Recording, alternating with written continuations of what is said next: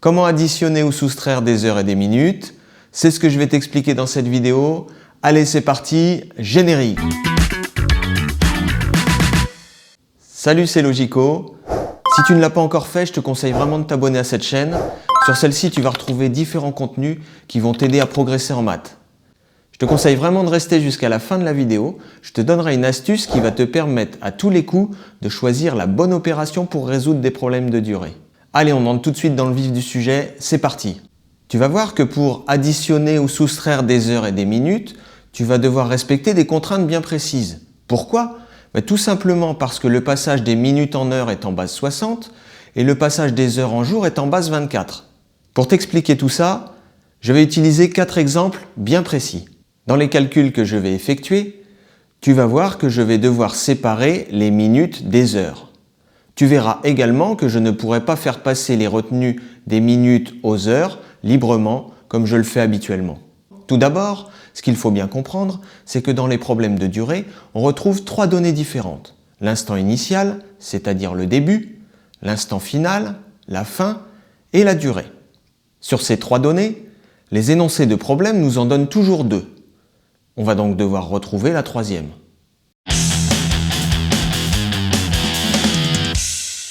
Un train à destination de Marseille part de Paris à 14h15. La durée du voyage est de 3h40. À quelle heure le train va-t-il arriver en gare de Marseille? Dans ce problème, je connais 2 données, l'instant initial et la durée. Je vais donc devoir chercher l'instant final. Pour trouver l'instant final, je vais poser mon addition en colonne, en séparant bien les minutes des heures. D'ailleurs, tu peux le voir, le rectangle rouge représente cette séparation. Je vais donc commencer par additionner les minutes. 15 plus 40 égale 55 et terminer par les heures. 14 plus 3 égale 17. Le train arrivera donc en gare de Marseille à 17h55. Rien de très compliqué dans cet exemple. Un automobiliste doit se rendre à Rennes en partant de Bordeaux. Il part à 10h50 et roule pendant 3h55. À quelle heure arrivera-t-il?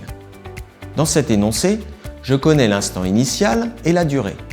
Je dois donc trouver l'instant final. Pour cela, je vais poser une addition en respectant bien ce qui a été vu précédemment. Je vais commencer par additionner les minutes. 50 plus 55 est égal à 105. Puis je vais continuer avec les heures. 10 plus 3 est égal à 13. L'automobiliste arrivera donc à Rennes à 13h105. Tu vois bien que le résultat trouvé n'est pas une heure usuelle. Je vais donc devoir opérer une conversion.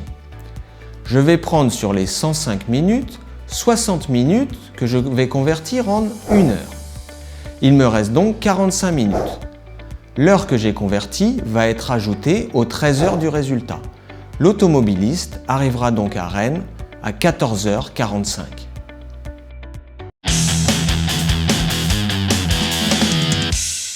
Un film qui a commencé à 21h05 s'est terminé à 22h50. Quelle est la durée de ce film?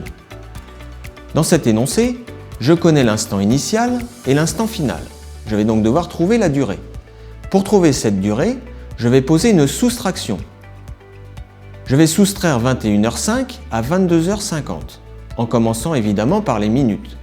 50 moins 5 est égal à 45 et 22 moins 21 est égal à 1. Le film a donc duré 1h45. Rien de très compliqué encore dans cet exemple.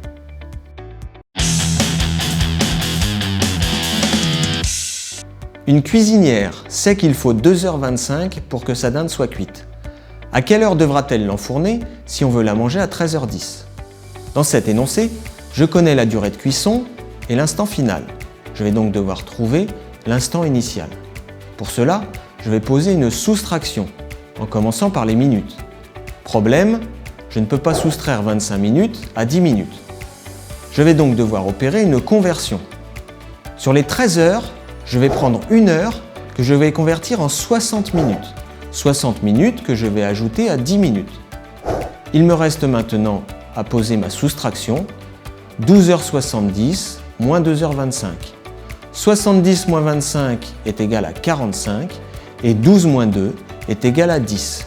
je peux dire que la cuisinière devra enfourner sa dinde à 10h45.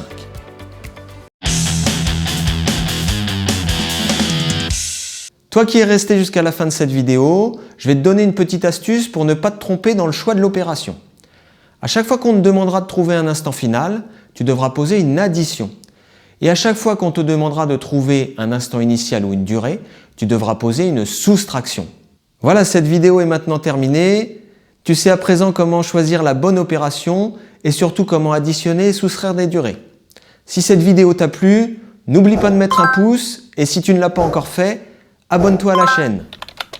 On se retrouve très vite sur Happy pour d'autres vidéos. À bientôt. Salut!